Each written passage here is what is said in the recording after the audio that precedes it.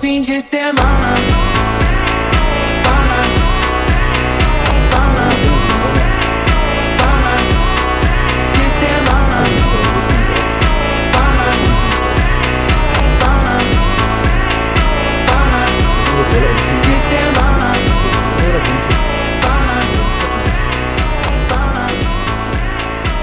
Lâu đâu đó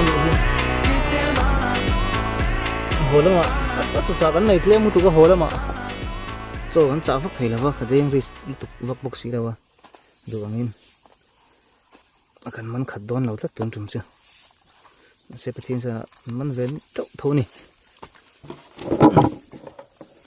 nói em bảo con liền hầu, tiếng hầu hi, ông mày hay, tiếng hầu hi mò, nói em bảo khan hay. Tiếng hầu hi ông mà nè, nói là họ nó, thằng polo mà, khóc mãi.